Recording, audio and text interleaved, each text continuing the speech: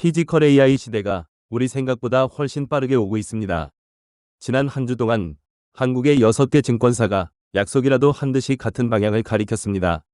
IM증권은 5월 19일 같은 날에 7편의 인덱스 리포트를 조선과 방산, 자동차와 로보틱스 두 섹터 합작으로 동시 발간했고, 대신, 유진, 키움, 하나, 교보도 같은 주의 로봇과 무인무기, 휴머노이드를 다뤘습니다.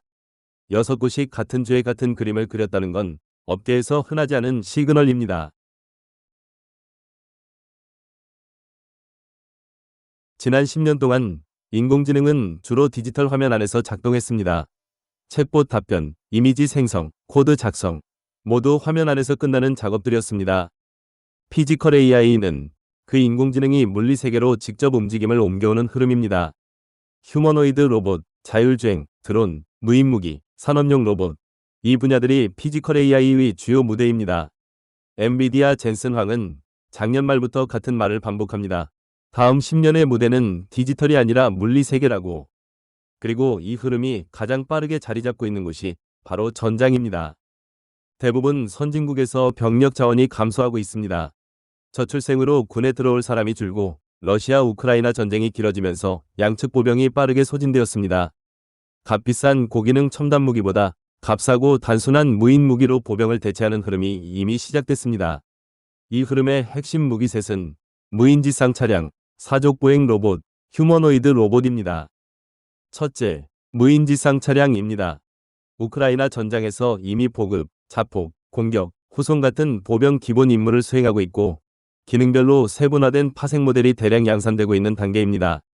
한국에서는 하나에어로스페이스와 현대로템 이 주력 개발자로 우크라이나보다 한 단계 크고 다목적인 차량을 타겟으로 잡았습니다.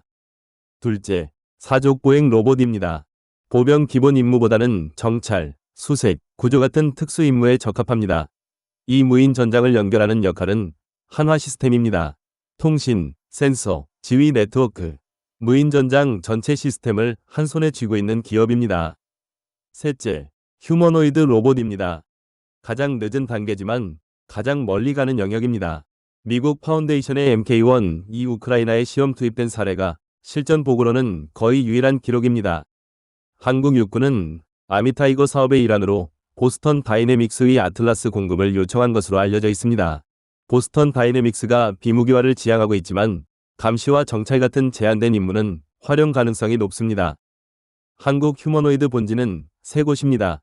레인보우 로보틱스는 이미 삼성전자의 핵심 파트너로 자리 잡았고, 두산 로보틱스는 펀더멘털과 모멘텀 양쪽에서 동시에 변화가 나타나고 있는 시점입니다. SPG는 부품 쪽 핵심으로 휴머노이드 시대 부품 공급 위치에서 다시 주목받고 있습니다. 여기에 대신증권은 로봇용 RFPCB를 만드는 BH를 따로 다뤘고, 유진투자증권은 로봇 방산 조선 데일리를 5월 19일과 20일에 연달아 발간했습니다. 여기서 중요한 건 7종목 개별이 아닙니다. 같은 증권사가 같은 날에 7편을 동시에 내놨다는 것, 그리고 그 옆에서 대신, 유진, 키움, 하나, 교보가 로봇, 휴머노이드, 방산 리포트를 같은 주에 함께 발간했다는 것입니다. 키움증권은 글로벌 휴머노이드 ETF 라인업을 5월 19일에 내놨고, 시장 자체가 휴머노이드 ETF 수요를 인정하고 있다는 의미입니다.